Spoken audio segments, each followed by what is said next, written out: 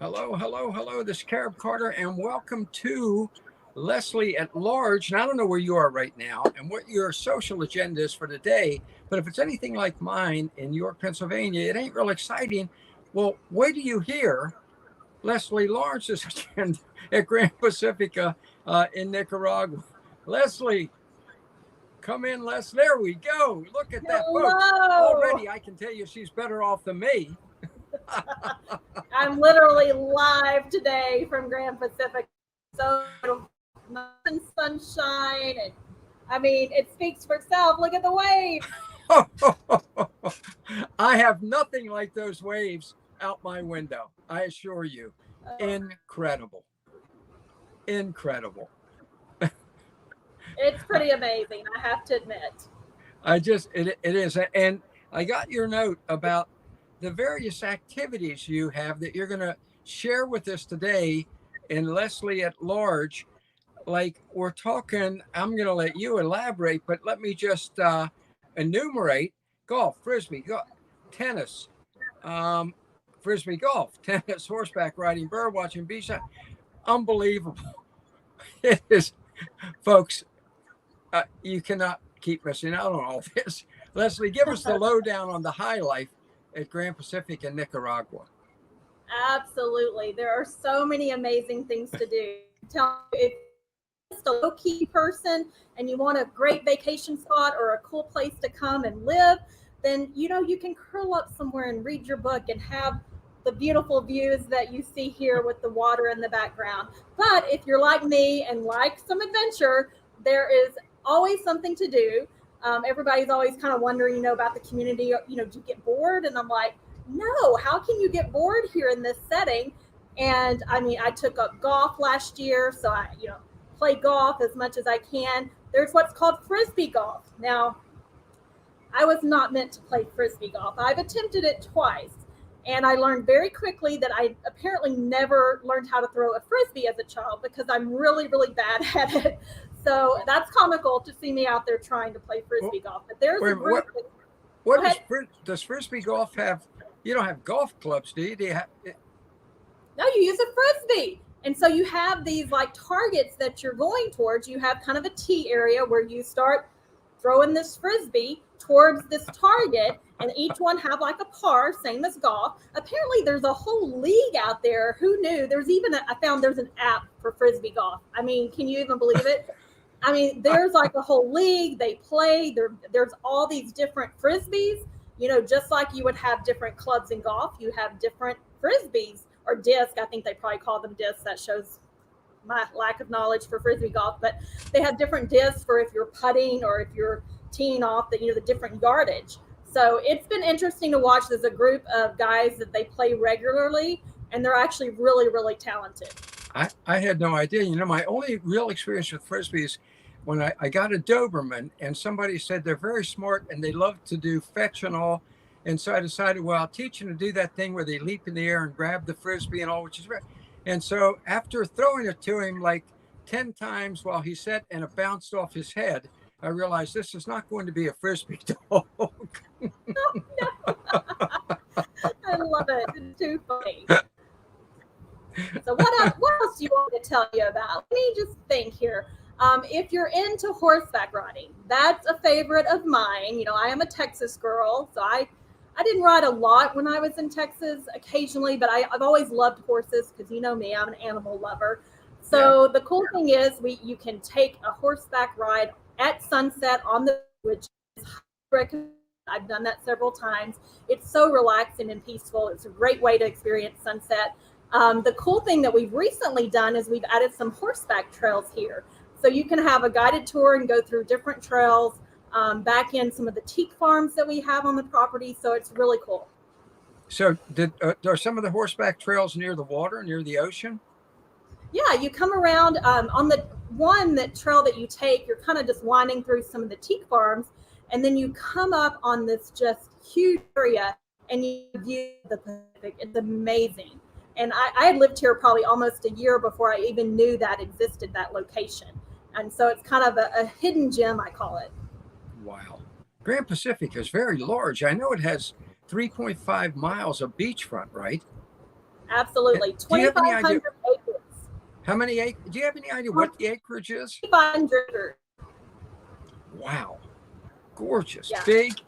big and beautiful. So you got frisbee golf, horseback riding, and how much fishing is there? Are there, like right now down on the beach there over your shoulder? Do you think there are people down there casting out lines, catching deep sea fish, whatever they catch? I'm looking. I don't see any today, but it's very frequent to look out, especially in the morning time, to see people out fishing. Because when the tide is out, you've got some rock areas along this coastline, and so they'll be out on the rock fishing. It's not to see things like that for sure.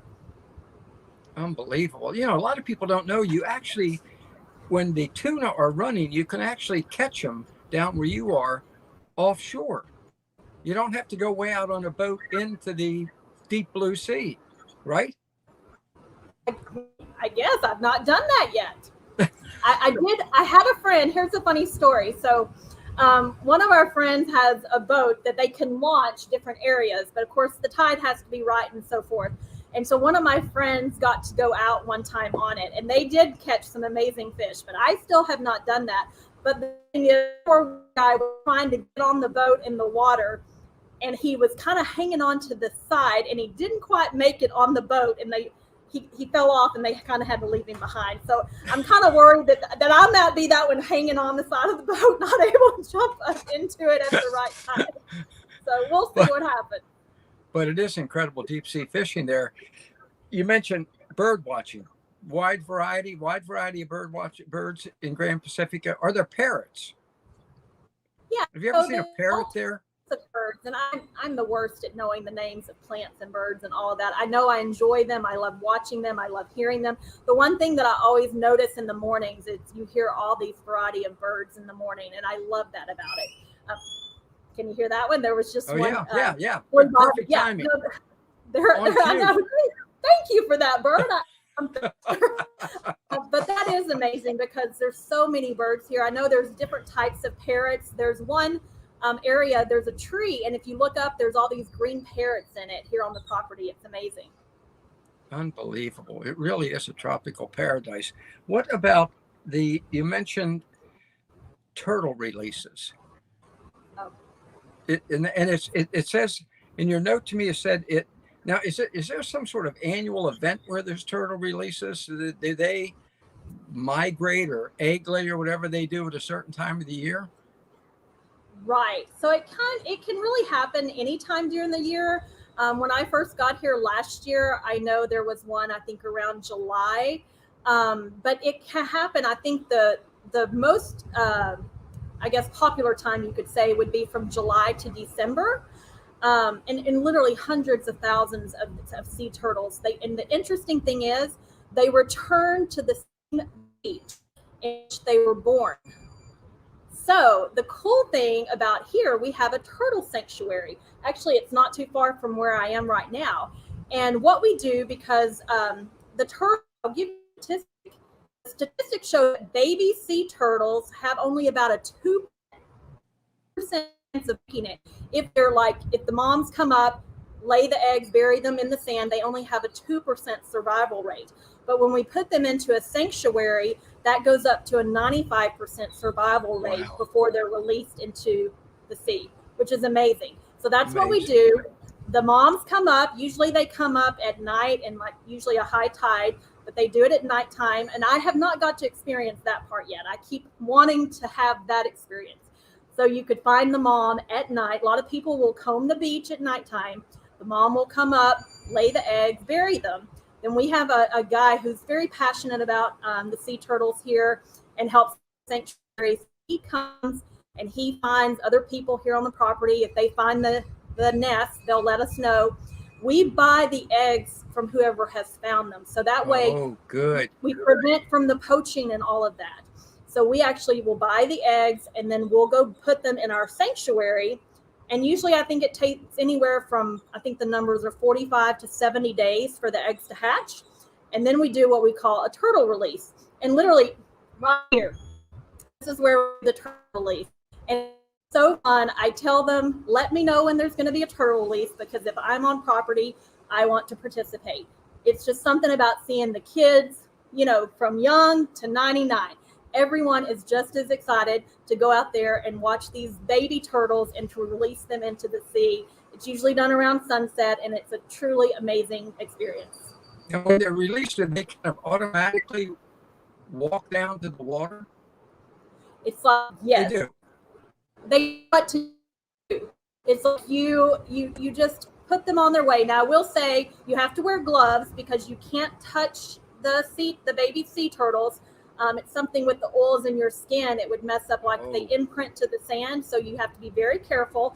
And we just barely, pick them up with our gloved hand, and then we put them on their way, and they go out into the sea. And it, like I said, you'll see just hundreds of them. Most of the releases I've done are anywhere probably from 70 to 100 and something eggs or turtles that have hatched, and so you just see all these little bitties just crawling to the sea. It's amazing. It's incredible. Now, how old do you think these turtles have to be? I mean, and how big are they? Like the Galapagos or whatever it is that live for 100 years? Do you think? Yeah, you have a variety. Especially Nicaragua, I found out, is home to 5 of the 7 endangered turtles. So here's the different types: the olive ridley, the green sea turtle, the loggerhead, hawksbill, and of course the massive leatherback. And I know here at Grand Pacifica, I've had, I think, the leatherback, the green sea turtles, and I think the loggerheads are the ones that I participated in. But I know for turtles, they can go up massive pounds. I mean, I think there's one that's like 1,500, something crazy. So they're all sizes, but yeah, they can grow to be very large. But it's cool that a lot of the ones we have here are part of that, endangered species. It's fantastic. Absolutely fantastic. And what's the biggest turtle you've seen there? Have you seen any that are like those Galapagos things that look gigantic, or are they pretty normal sized turtles? Yeah, I haven't seen any of the moms come up yet to lay the eggs. So I've just been around the baby sea turtles. Now in Right. Belize, when I swim with the turtles in Belize, I've swam with some pretty big turtles there in Belize, and that's a truly cool experience too if you've never done that. You serious? You swim with the turtles in Belize You know, down over where Grand Bayman. yeah, Yeah. you go It's kind of like your sister development folks to Grand Pacific, right, only it's in Belize. right. How You big can. was the turtle you swam with? Oh my goodness! Like I don't. You measure turtles underwater, but they're huge, and they're down there feeding, and you're snorkeling with them. And I mean, it's the coolest thing to watch them in the environment. Well, any of the sea creatures. I mean, I love being in that moment because it's so magical. And you weren't afraid he was going to turn around and take your hand off. No, No. no, Carter. See, You know this about you, me. Animals you and I are like so me. you and I are so different about wildlife. It's wonderful that you're the one who's here with all the wonderful wildlife, and I'm here where there's nothing, because you love animals and you have no fear of any of them. No, not really. I It's, think if you respect them, and I think I'm one of those, I want to believe that they know that I really truly care about them unconditionally. Like I do love them, and I'm not fearful of them. it's amazing. It's yeah, I know. Yeah, monkeys, giant turtles. I just can't believe it. So what about you mentioned in your note to me about Leslie at Large today, something about a recent bee experience. A recent bee experience. Now that's got to be one that you're at least a little leery of. That's all, they do sting. I want to give you that word of warning. Okay, well, I will tell you this was an interesting experience. So I'm allergic to bees, by saying that. Okay. I've had a couple stings, and sometimes I react, sometimes I don't. One time in Belize singing karaoke, I got stung and I had a bad reaction and ended up at the polyclinic. So I never know with bees. So I will say I'm probably a little skeptical about being around a lot of bees. One is too many. Like knowing that I was going to be around a lot, I wasn't real sure about that. But one of my colleagues here, who is also allergic to bees, funny enough, he called me and said, hey, we're going to go do this cool experience. I'm like, I'm in. Like, what? He goes, we're going to see the bees. Like, I think I'm good. I've got a meeting scheduled. And he goes, no, really? And I go, no, I really have a meeting at that time. Well, he's like, it's okay. We can bump the time back so you can go. I'm like, oh, great. And, you know, I'm one of those. I love motivational stuff. I used to do some motivational workshops and coaching. And so I'm always, you know, saying, you know, get outside your comfort zone. So I had to listen to my own words. And I signed up. I said, here we go. I'm going to see the bees. So you have to, you know, put on long pants and all this. Of course, you put those crazy looking beekeeper, whatever outfits on and the crazy hat and everything. So, I mean, I was like, it was white. I'm like, I look like the Stay Puft Marshmallow Man. You know, I'm cracking up at how we look. We load up in the back of this pickup, and here we go off. You know, I didn't know where at Grand Pacifica, but now I know where the bees are. We have it in a safe area. What happened was, you know, they started seeing that we also had some bee residents here at Grand Pacifica. And our Vicki, who is works with the Grand Pacifica Master Association, had taken some beekeeping courses and things, and she was knowledgeable about beekeeping. So they decided, you know, we need to preserve the bees and relocate the bees to where they can do their thing, because bees are important, you know, to pollinate and do things for food sources. So we were able to relocate them to a different area at Grand Pacifica. And now if people want to go do this bee experience, they can go and learn a lot about the bees. We got over there, we get out. I could feel my heart's racing a little bit just talking about it. I was a little anxious. I'm one of those, I like to know what to expect. And since I wasn't real sure what was going to happen, I was a little hesitant. But we go down, we're walking toward, you could hear just the sound because there's so many bees. So you could hear the, you know, going crazy. And you could feel them like bouncing off of you. I was not a fan. I mean, you got the white hat on and all the stuff, but literally you could hear them in your ear, and then they're bouncing all over you. I was trying to remain calm because they said, oh, they'll sense if you're, you know, fearful or nervous. Well, I felt like all the bees were over by me, and I'm like going, why aren't they over there where the people are messing with their hives? And they're like, oh, you're nervous. So I was trying to remain calm. I would say I was glad I did the experience, but I think I'm a one and done on that one. I told my colleague Brandon, he loved it. I said, listen, if people want to go back, you can go with them.